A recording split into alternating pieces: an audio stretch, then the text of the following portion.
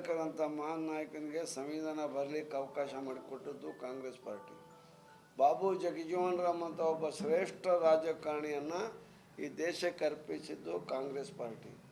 ಇವತ್ತು ಮಲ್ಲಿಕಾರ್ಜುನ ಖರ್ಗೆ ಅಂತವ್ರನ್ನ ಅವರು ಎಷ್ಟು 77ರಿಂದ ಇಲ್ಲಿವರೆಗೂ ಒಂದಲ್ಲ ಒಂದು ಹುದ್ದೆಯಲ್ಲಿ ಇಲ್ಲ ಮಂತ್ರಿ ಇರಬೇಕು, ಇಲ್ಲ ವಿರೋಧ ಪಕ್ಷ ನಾಯಕರು, ರಾಷ್ಟ್ರ ನಾಯಕರನ್ನಾಗಿ ಮಾಡಿದ್ದೀವಿ ನಾವು ಅಲ್ವಾ.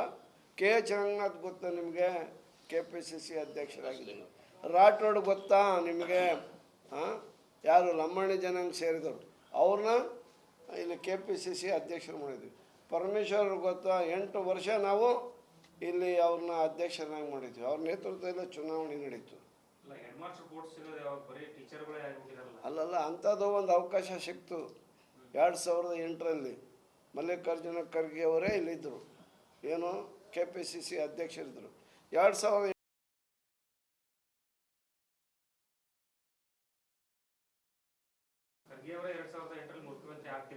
ಹೌದು.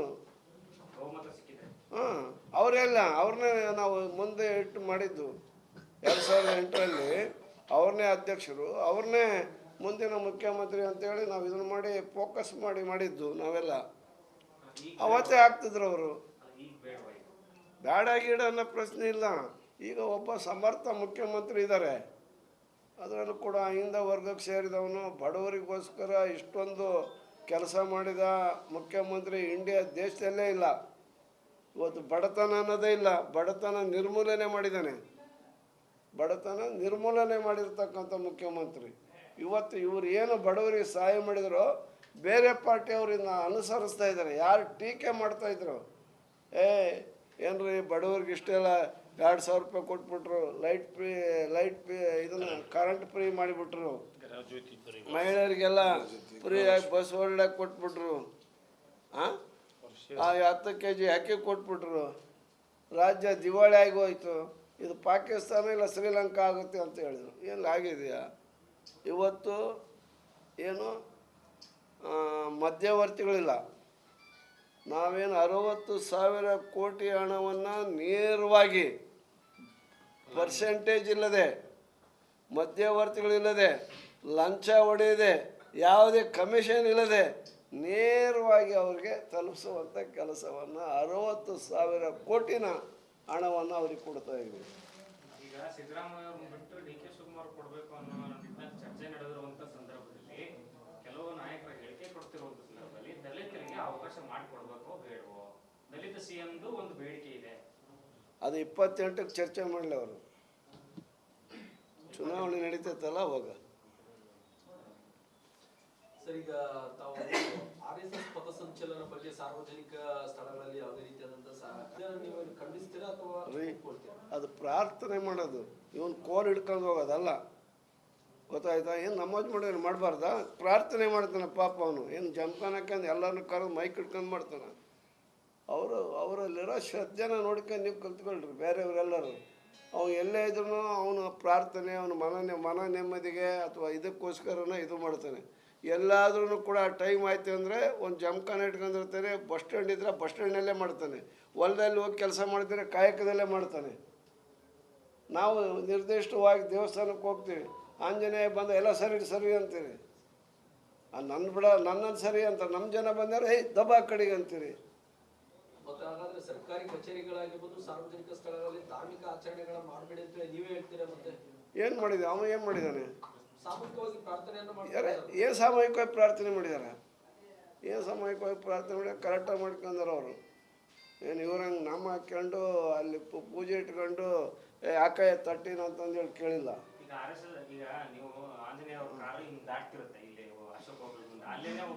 ಹಾಗೆ ಅವ್ರೇನು ಮೂರ್ಖರಲ್ಲ.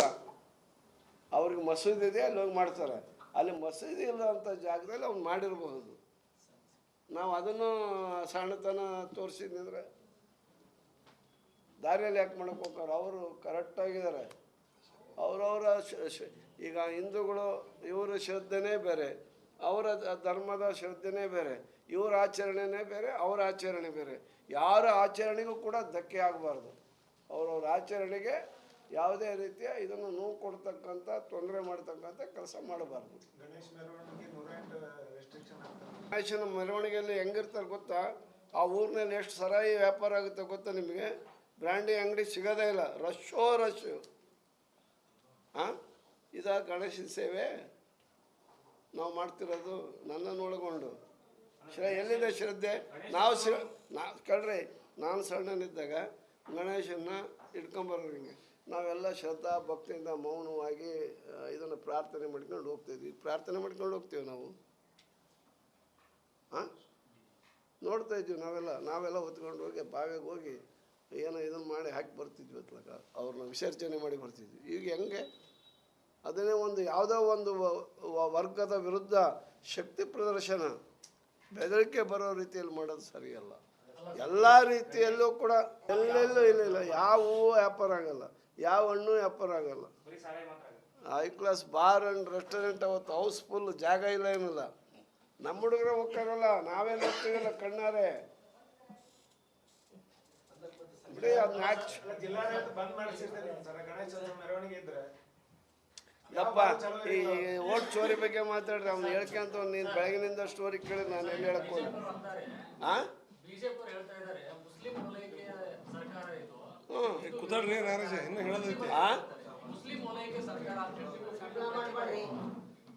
ಅಲ್ಲ, ಮುಸ್ಲಿಮರು ಯಾರು ಈ ದೇಶದವ್ರು ಹೌದಲ್ಲ? ಅವರು ಭಾರತೀಯದವ್ರು ಹೌದಲ್ವೋ? ದಲಿತರು ಹೌದಲ್ವೋ? ಯಾರು ಅವಕಾಶ ವಂಚಿತರು ಇರ್ತಾರೋ, ಯಾರು ದುರ್ಬಲರು ಇರ್ತಾರೋ, ಯಾರು ಅಲ್ಪಸಂಖ್ಯಾತರು ಇರ್ತಾರೋ ಅವ್ರನ್ನ ಕಾಪಾಡುವಂಥ ಜವಾಬ್ದಾರಿ ಪ್ರತಿಯೊಬ್ಬ ಪಕ್ಷದವರ ಕರ್ತವ್ಯ. ಅವ್ರನ್ನ ವಲಯಿಸ್ಕೊಳ್ಳೋದ್ರಿಂದ ಮತ್ತು ಸಂವಿಧಾನಾತ್ಮಕವಾಗಿ ನಮಗೆ ಸಿಗಬೇಕಾದಂಥ ಹಿಂದೂಗಳಿಗೆ ಅಧಿಕಾರ ಅವಕಾಶಗಳು ಸಿಗುತ್ತೆ, ಅವ್ರಿಗೆ ಬೇರೆ ಇದೆ. ಬೇಕಾದಂಥ ಮಹಾನ್ ನಾಯಕನಿಗೆ ಸಂವಿಧಾನ ಬರಲಿಕ್ಕೆ ಅವಕಾಶ ಮಾಡಿಕೊಟ್ಟದ್ದು ಕಾಂಗ್ರೆಸ್ ಪಾರ್ಟಿ. ಬಾಬು ಜಗಜೀವನ್ ರಾಮ್ ಅಂತ ಒಬ್ಬ ಶ್ರೇಷ್ಠ ರಾಜಕಾರಣಿಯನ್ನು ಈ ದೇಶಕ್ಕೆ ಅರ್ಪಿಸಿದ್ದು ಕಾಂಗ್ರೆಸ್ ಪಾರ್ಟಿ. ಇವತ್ತು ಮಲ್ಲಿಕಾರ್ಜುನ ಖರ್ಗೆ ಅಂತವ್ರನ್ನ ಅವರು ಎಷ್ಟು 77ರಿಂದ ಇಲ್ಲಿವರೆಗೂ ಒಂದಲ್ಲ ಒಂದು ಹುದ್ದೆಯಲ್ಲಿ ಇಲ್ಲ ಮಂತ್ರಿ ಇರಬೇಕು, ಇಲ್ಲ ವಿರೋಧ ಪಕ್ಷ ನಾಯಕರು, ರಾಷ್ಟ್ರ ನಾಯಕರನ್ನಾಗಿ ಮಾಡಿದ್ದೀವಿ ನಾವು ಅಲ್ವಾ? ಕೆ ಚೆನ್ನನಾಥ್ ಗೊತ್ತಾ ನಿಮಗೆ? KPCC ಅಧ್ಯಕ್ಷರಾಗಿದ್ದೀವಿ. ರಾಠೋಡ್ ಗೊತ್ತಾ ನಿಮಗೆ? ಯಾರು ಲಂಬಾಣಿ ಜನಾಂಗ ಸೇರಿದವರು, ಅವ್ರನ್ನ ಇಲ್ಲಿ KPCC ಅಧ್ಯಕ್ಷರು ಮಾಡಿದ್ವಿ. ಪರಮೇಶ್ವರ್ ಗೊತ್ತಾ? 8 ವರ್ಷ ನಾವು ಇಲ್ಲಿ ಅವ್ರನ್ನ ಅಧ್ಯಕ್ಷರನ್ನಾಗಿ ಮಾಡಿದ್ವಿ. ಅವ್ರ ನೇತೃತ್ವದಲ್ಲಿ ಚುನಾವಣೆ ನಡೀತು. ಅಲ್ಲಲ್ಲ, ಅಂಥದ್ದು ಒಂದು ಅವಕಾಶ ಸಿಕ್ತು 2008ರಲ್ಲಿ. ಮಲ್ಲಿಕಾರ್ಜುನ ಖರ್ಗೆ ಅವರೇ ಇಲ್ಲಿದ್ದರು, ಏನು KPCC ಅಧ್ಯಕ್ಷರಿದ್ದರು. 2008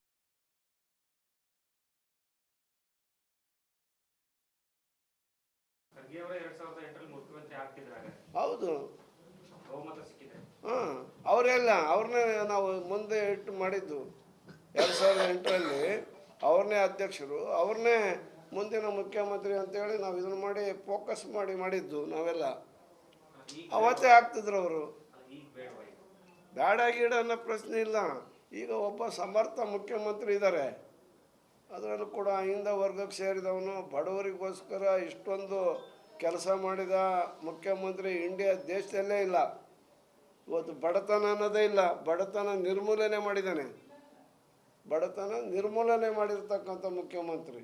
ಇವತ್ತು ಇವರು ಏನು ಬಡವರಿಗೆ ಸಹಾಯ ಮಾಡಿದರೋ ಬೇರೆ ಪಾರ್ಟಿಯವ್ರನ್ನ ಅನುಸರಿಸ್ತಾ ಇದ್ದಾರೆ. ಯಾರು ಟೀಕೆ ಮಾಡ್ತಾಯಿದ್ರು, ಏನ್ರಿ ಬಡವ್ರಿಗೆ ಇಷ್ಟೆಲ್ಲ 2000 ರೂಪಾಯಿ ಕೊಟ್ಬಿಟ್ರು, ಲೈಟ್ ಇದನ್ನು ಕರೆಂಟ್ ಫ್ರೀ ಮಾಡಿಬಿಟ್ರು, ಮಹಿಳೆಯರಿಗೆಲ್ಲ ಫ್ರೀಯಾಗಿ ಬಸ್ ಓಡಾಡಕ್ಕೆ ಕೊಟ್ಬಿಟ್ರು, 10 kg ಅಕ್ಕಿ ಕೊಟ್ಬಿಟ್ರು, ರಾಜ್ಯ ದಿವಾಳಿ ಆಗಿ ಹೋಯ್ತು, ಇದು ಪಾಕಿಸ್ತಾನ ಇಲ್ಲ ಶ್ರೀಲಂಕಾ ಆಗುತ್ತೆ ಅಂತ ಹೇಳಿದರು. ಏನು ಆಗಿದೆಯಾ?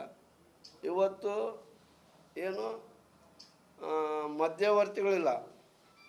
ನಾವೇನು 60,000 ಕೋಟಿ ಹಣವನ್ನು ನೇರವಾಗಿ ಪರ್ಸೆಂಟೇಜ್ ಇಲ್ಲದೆ, ಮಧ್ಯವರ್ತಿಗಳಿಲ್ಲದೆ, ಲಂಚ ಹೊಡೆಯದೆ, ಯಾವುದೇ ಕಮಿಷನ್ ಇಲ್ಲದೆ ನೇರವಾಗಿ ಅವ್ರಿಗೆ ತಲುಪಿಸುವಂಥ ಕೆಲಸವನ್ನು 60,000 ಕೋಟಿನ ಹಣವನ್ನು ಅವ್ರಿಗೆ ಕೊಡ್ತಾ ಇದ್ದೀವಿ. ಈಗ ಸಿದ್ದರಾಮಯ್ಯ ಬಿಟ್ಟು DK ಶಿವಕುಮಾರ್ ಕೊಡಬೇಕು ಅನ್ನೋ ಚರ್ಚೆ ನಡೆದಿರುವಂಥ ಸಂದರ್ಭದಲ್ಲಿ ಕೆಲವು ನಾಯಕರ ಹೇಳಿಕೆ ಕೊಡ್ತಿರುವಂಥ ಸಂದರ್ಭದಲ್ಲಿ ದಲಿತರಿಗೆ ಅವಕಾಶ ಮಾಡಿಕೊಡ್ಬೇಕೋ ಬೇಡವೋ? ದಲಿತ CMದು ಒಂದು ಬೇಡಿಕೆ ಇದೆ, ಅದು 28ಕ್ಕೆ ಚರ್ಚೆ ಮಾಡಲಿ. ಅವರು ಚುನಾವಣೆ ನಡೀತೈತಲ್ಲ ಅವಾಗ. ಸರ್, ಈಗ ತಾವು RSS ಪಥಸಂಚಲನ ಬಗ್ಗೆ ಸಾರ್ವಜನಿಕ ಸ್ಥಳಗಳಲ್ಲಿ ಯಾವುದೇ ರೀತಿಯ ನೀವು ಖಂಡಿಸ್ತೀರಾ ಅಥವಾ ರೀ ಒಪ್ಕೊಳ್ತೀರಾ? ಅದು ಪ್ರಾರ್ಥನೆ ಮಾಡೋದು, ಇವನು ಕೋಲ್ ಹಿಡ್ಕೊಂಡು ಹೋಗೋದಲ್ಲ, ಗೊತ್ತಾಯ್ತಾ? ಏನು ನಮಾಜ್ ಮಾಡೋದು ಮಾಡಬಾರ್ದಾ? ಪ್ರಾರ್ಥನೆ ಮಾಡ್ತಾನೆ ಪಾಪ ಅವನು, ಏನು ಜಮ್ಖಾನ್ ಹಾಕೊಂಡು ಎಲ್ಲರನ್ನೂ ಕರೆದು ಮೈಕ್ ಹಿಡ್ಕೊಂಡು ಮಾಡ್ತಾನೆ. ಅವರಲ್ಲಿರೋ ಶ್ರದ್ಧೆನ ನೋಡ್ಕೊಂಡು ನೀವು ಕಲ್ತ್ಕೊಳ್ರಿ ಬೇರೆಯವರೆಲ್ಲರೂ. ಅವ್ನು ಎಲ್ಲೇ ಇದ್ರೂ ಅವನು ಪ್ರಾರ್ಥನೆ, ಅವನು ಮನ ನೆಮ್ಮದಿಗೆ ಅಥವಾ ಇದಕ್ಕೋಸ್ಕರನೇ ಇದು ಮಾಡ್ತಾನೆ. ಎಲ್ಲಾದ್ರೂ ಕೂಡ ಟೈಮ್ ಆಯ್ತು ಅಂದರೆ ಒಂದು ಜಮ್ಖಾನ ಇಟ್ಕೊಂಡಿರ್ತಾನೆ. ಬಸ್ ಸ್ಟ್ಯಾಂಡ್ ಇದ್ದರೆ ಬಸ್ ಸ್ಟ್ಯಾಂಡಲ್ಲೇ ಮಾಡ್ತಾನೆ, ಹೊಲದಲ್ಲಿ ಹೋಗಿ ಕೆಲಸ ಮಾಡಿದ್ರೆ ಕಾಯಕದಲ್ಲೇ ಮಾಡ್ತಾನೆ. ನಾವು ನಿರ್ದಿಷ್ಟವಾಗಿ ದೇವಸ್ಥಾನಕ್ಕೆ ಹೋಗ್ತೀವಿ, ಆಂಜನೇಯ ಬಂದ ಎಲ್ಲ ಸರಿ ಅಂತೀರಿ. ನನ್ನ ಬಿಡ ನನ್ನನ್ನು ಸರಿ ಅಂತ ನಮ್ಮ ಜನ ಬಂದರೆ ದಬಾ ಕಡೆಗೆ ಅಂತೀರಿ. ಮತ್ತೆ ಹಾಗಾದ್ರೆ ಸರ್ಕಾರಿ ಕಚೇರಿಗಳಾಗಿರ್ಬೋದು, ಸಾರ್ವಜನಿಕ ಸ್ಥಳಗಳಲ್ಲಿ ಧಾರ್ಮಿಕ ಆಚರಣೆಗಳ ಮಾಡಬೇಡಿ ಅಂತ ನೀವೇ ಹೇಳ್ತೀರಾ? ಮತ್ತೆ ಏನು ಮಾಡಿದೆ ಅವನು? ಏನು ಮಾಡಿದ್ದಾನೆ? ಸಾಮೂಹಿಕವಾಗಿ ಪ್ರಾರ್ಥನೆಯನ್ನು ಯಾರೇ ಏನು ಸಾಮೂಹಿಕವಾಗಿ ಪ್ರಾರ್ಥನೆ ಮಾಡಿದ್ದಾರೆ? ಏನು ಸಾಮೂಹಿಕವಾಗಿ ಪ್ರಾರ್ಥನೆ ಮಾಡಿ ಕರೆಕ್ಟಾಗಿ ಮಾಡ್ಕೊಂಡಾರ ಅವರು. ಏನು ಇವ್ರಂಗೆ ನಾಮ ಹಾಕ್ಕೊಂಡು ಅಲ್ಲಿ ಪೂಜೆ ಇಟ್ಕೊಂಡು ಯಾಕಾಯ ತಟ್ಟಿನ ಅಂತಂದೇಳಿ ಕೇಳಿಲ್ಲ. ಈಗ ಈಗ ನೀವು ಆಂಜನೇಯ ಅವ್ರ ಕಾರು ಹಿಂಗ್ ದಾಟ್ತಿರುತ್ತೆ ಇಲ್ಲಿ ಅಶೋಕ್ ಹೋಗ್ಲಿಂದ, ಅಲ್ಲೇನೆ ಒಬ್ಬನು ಹಾಗೆ ಅವ್ರೇನು ಮೂರ್ಖರಲ್ಲ, ಅವ್ರಿಗೆ ಮಸೂದಿ ಇದೆ, ಅಲ್ಲಿ ಹೋಗಿ ಮಾಡ್ತಾರೆ. ಅಲ್ಲಿ ಮಸೂದಿ ಇಲ್ಲ ಅಂತ ಜಾಗದಲ್ಲಿ ಅವ್ನು ಮಾಡಿರಬಹುದು. ನಾವು ಅದನ್ನು ಸಣ್ಣತನ ತೋರಿಸಿದ್ರೆ ದಾರಿಯಲ್ಲಿ ಯಾಕೆ ಮಾಡಕ್ಕೆ ಹೋಗ್ತಾರೆ? ಅವರು ಕರೆಕ್ಟಾಗಿದ್ದಾರೆ. ಅವರವರ ಈಗ ಹಿಂದೂಗಳು ಇವರ ಶ್ರದ್ಧೆನೇ ಬೇರೆ, ಅವರ ಧರ್ಮದ ಶ್ರದ್ಧೆನೇ ಬೇರೆ, ಇವರ ಆಚರಣೆನೇ ಬೇರೆ, ಅವರ ಆಚರಣೆ ಬೇರೆ. ಯಾರ ಆಚರಣೆಗೂ ಕೂಡ ಧಕ್ಕೆ ಆಗಬಾರ್ದು. ಅವರವ್ರ ಆಚರಣೆಗೆ ಯಾವುದೇ ರೀತಿಯ ಇದನ್ನು ನೋವು ಕೊಡ್ತಕ್ಕಂಥ, ತೊಂದರೆ ಮಾಡ್ತಕ್ಕಂಥ ಕೆಲಸ ಮಾಡಬಾರ್ದು. ಗಣೇಶನ ಮೆರವಣಿಗೆಯಲ್ಲಿ ಹೆಂಗಿರ್ತಾರೆ ಗೊತ್ತಾ? ಆ ಊರಿನಲ್ಲಿ ಎಷ್ಟು ಸರಾಯಿ ವ್ಯಾಪಾರ ಆಗುತ್ತೆ ಗೊತ್ತಾ ನಿಮಗೆ? ಬ್ರ್ಯಾಂಡಿ ಅಂಗಡಿ ಸಿಗೋದೇ ಇಲ್ಲ, ರಶ್ಶು. ಹಾಂ, ಇದಾ ಗಣೇಶನ ಸೇವೆ ನಾವು ಮಾಡ್ತಿರೋದು? ನನ್ನನ್ನು ಒಳಗೊಂಡು ಎಲ್ಲಿದೆ ಶ್ರದ್ಧೆ?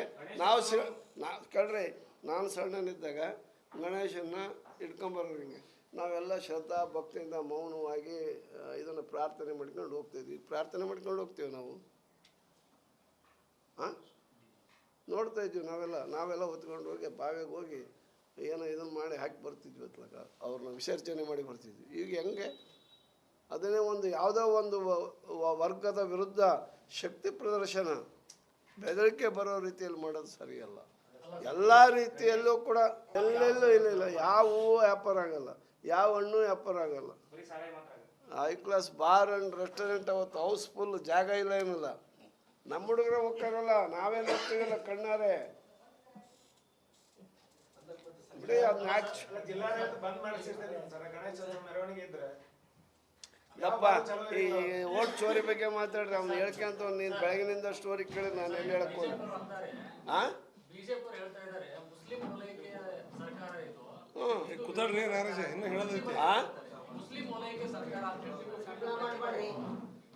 ಅಲ್ಲ, ಮುಸ್ಲಿಮರು ಯಾರು? ಈ ದೇಶದವ್ರು ಹೌದಲ್ಲ, ಅವರು ಭಾರತೀಯದವ್ರು ಹೌದಲ್ವೋ, ದಲಿತರು ಹೌದಲ್ವೋ?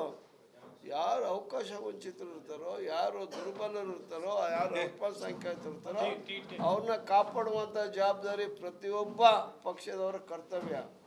ಅವ್ರನ್ನ ವಲಯಿಸ್ಕೊಳ್ಳೋದ್ರಿಂದ ಮತ್ತು ಸಂವಿಧಾನಾತ್ಮಕವಾಗಿ ನಮಗೆ ಸಿಗಬೇಕಾದಂಥ ಹಿಂದೂಗಳಿಗೆ ಅಧಿಕಾರ ಅವಕಾಶಗಳು ಸಿಗುತ್ತೆ, ಅವ್ರಿಗೆ ಬೇರೆ ಇದೆ.